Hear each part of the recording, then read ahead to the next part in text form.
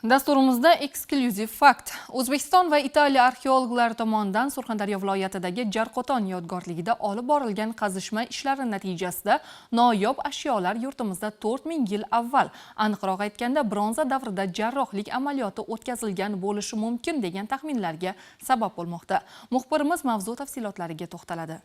Turkiyaning arxeologiya bo'yicha yetakchi nashrlaridan biri Arkeofili jurnalida O'zbekistondagi bu noyob arxeologik kashfiyotga bag'ishlangan maqola e'lon qilindi. Nashrda yozilishicha, O'zbekiston hududidan bronza davriga mansub taxminan 4000 yillik tarixga ega va trepanatsiya izlari saqlangan bola bosh suyagi topilgan. Mazkur topilma mutaxassislar tomonidan Markaziy Osiyoda qadim zamonlarda jarrohlik amaliyoti o'tkazilgan bo'lishi mumkin degan fikrlar ilgari surilmoqda. Shuningdek, maqolada ushbu ashyo Osiyo hududida aniqlangan eng qadimgi namunalardan biri deb qayd etildi. Noyob kashfiyot o'zbek va italiyalik olimlardan iborat xalqaro tadqiqotchilar guruhi tomonidan Surxondaryo viloyatidagi Jarqo'ton arxeologik yodgorligida olib borilgan qazishmalar davomida aniqlangan. Olimlar ma'lumotiga ko'ra, jarrohlik amaliyoti izlari taxminan 5 yoshda vafot etgan bolaning bosh suyagida aniqlangan. Bu holat 5 yoshar bolani chanog'ida 2 santimetrga yaqin dumaloq teshikcha bor.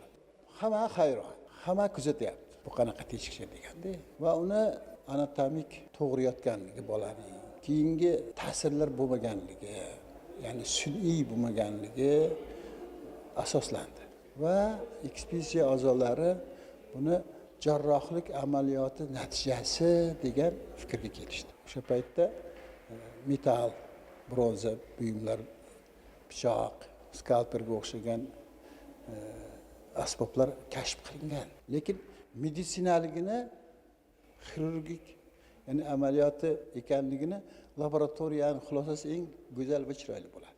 Maqolada qazishma ishlariga rahbarlik qilgan Salento universiteti arxeologi Enrico Ascaloni ushbu topilma O'zbekiston aholisining juda qadimda ham tibbiy bilimi yuqori darajada bo'lganidan dalolat berishini taxmin qiladi. Jarqo'ton arxeologik yodgorligi bizni hayratda qoldirishda davom etmoqda. 4000 yil avval Markaziy Osiyoda bola bosh suyagida qadimiy jarrohlik amaliyoti trepenatsiya amalga oshirilgani nihoyatda hayratlanarli. Yaqin vaqtgacha bunday holatni tasavvur qila olmagan edik. Arxeologik amaliyotlarni doimiy kuzatib boruvchi olim sifatida aytiladigan bo'lsak, bu Jarqo'tondagi xirurgik amaliyot bu insoniyat tarixidagi kuzatilgan 4-amaliyot hisoblanadi.